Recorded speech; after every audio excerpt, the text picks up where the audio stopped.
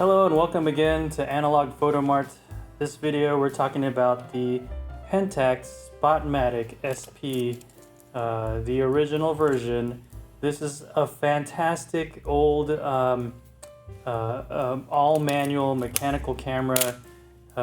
This is one of the first cameras ever to have a built-in through the lens light meter. So this video is going to be about just how to operate this thing.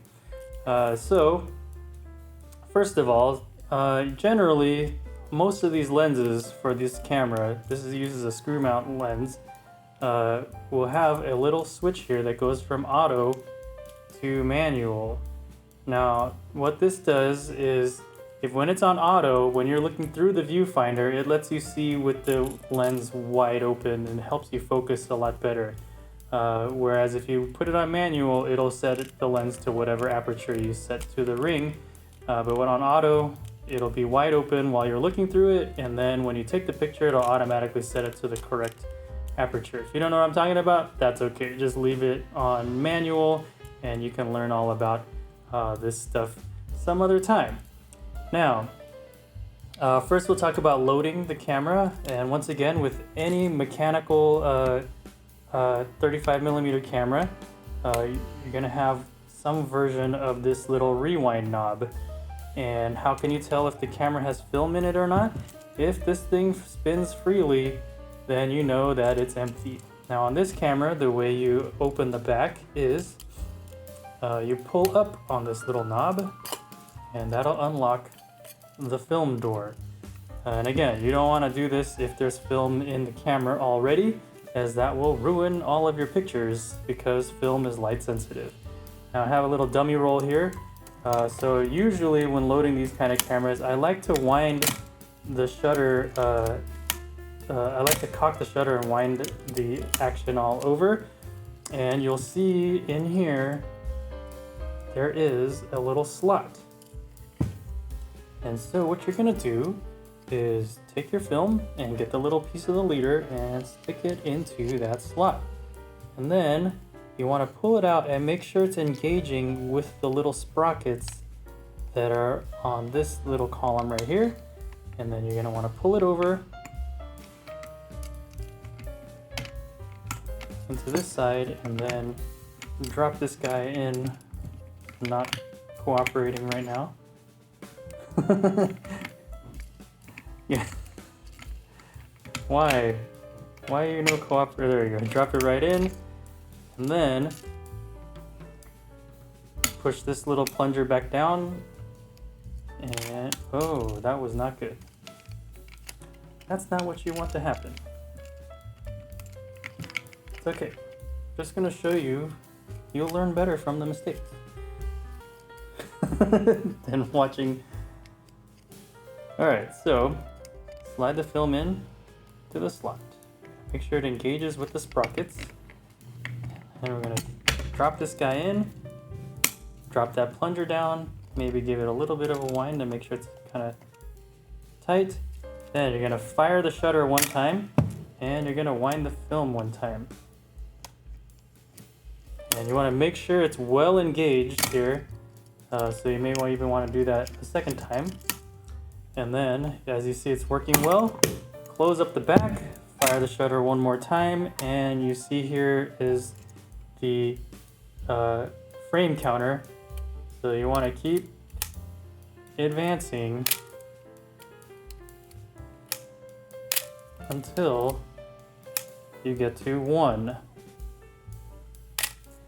Now, probably what you should have done before doing all that is adjust the ISO. This was ISO 400 film, so I want the ISO to be set to 400. The way you do that is on this shutter speed knob, you can pull up a little bit, and if you do that and spin it, it changes the number on this little ISO selector. So we're on ISO 400 film, so I'm going to slide this thing over to 400 and we're good to go. Now your controls here, your shutter speed is here, and your aperture is here. This is an all mechanical, all manual camera. So even though it says auto, it's not actually doing anything auto. Again, as I mentioned at the beginning of the video, it's just letting you see through the viewfinder clearly. Now, to make sure that it really is actually loaded properly, every time you pull the cocking lever, you're gonna see this little thing rotates around, and that's good. Now, the way you use this, the light meter in this camera, which is great, is you push this little switch up here. Now, when that's up, the light meter turns on. And then what you will do is, based on whatever the shutter speed you are on currently, the little needle in the viewfinder will go up and down, and you want to get the aperture and the shutter speed. Either you get the aperture to where you want it and then you choose the shutter speed you want, or you choose the shutter speed you want and you get to the aperture that puts that needle into the middle of the frame, and then you can take your picture. You look through the viewfinder and you're gonna see that little needle, and you adjust your settings until that needle gets to right about in the middle, or as close as you can get it. And then you can take the picture. Once you take the picture, the meter turns off, and then the needle will return to this position, which is the meter is off position. Watch this switch, it drops back down. So the meter turns off automatically after you take the picture, and so that way you won't waste your battery. The battery, by the way, is under this battery door. You can open it using a nickel. That's usually the best way to do it, and you can replace that battery. Now, when you have shot an entire roll of film and you're done, then it won't let you wind anymore. If you're pulling this shutter cocking lever and it's not moving, then either it's already cocked or you're at the end of the roll. Either way, you do not want to force it. You're gonna break something, either your film or your camera.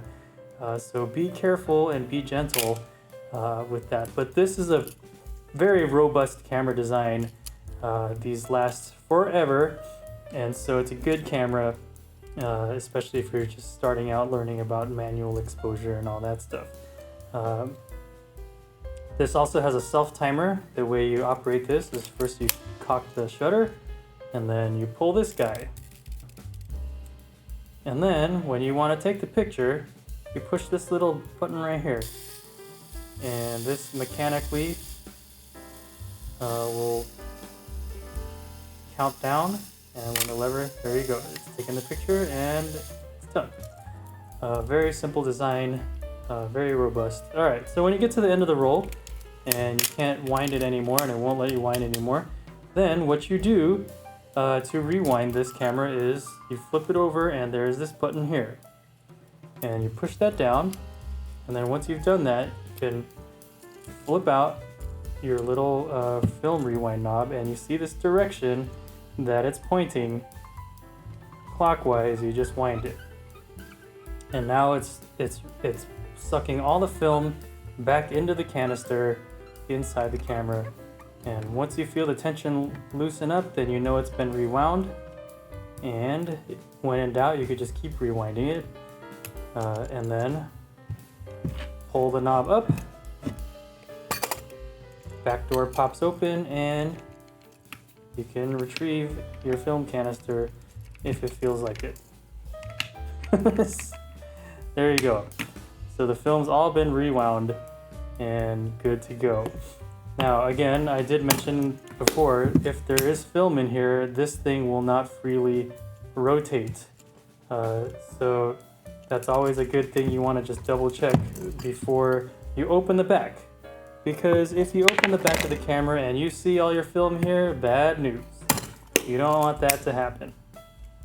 Now, this camera has a funny or fun little feature, which is it has this little knob right here, and as you can see right now, it's pointed to empty. Oh yes, this film is empty. Or you can say, oh, there's color film in here, and you could even say if it's tungsten or black and white, daylight balanced color film, or panchro, which means panchromatic, which basically means black and white film. You can use that to kind of let you know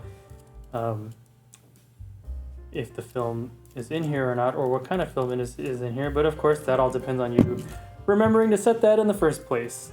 Anyways, that's pretty much this camera. Well, I guess I might as well show you also. This is a M42 screw mount lens. So the way you remove the lens is just grab it from the back and unscrew it. Of course, you want to make sure no dust and stuff goes in there. And then to reattach the lens, same thing, just screw it in clockwise and good to go. All right, so that's pretty much it. This is the Pentax Spotmatic SP. This is analog Photomart. I hope this is helpful for you. Thanks for watching.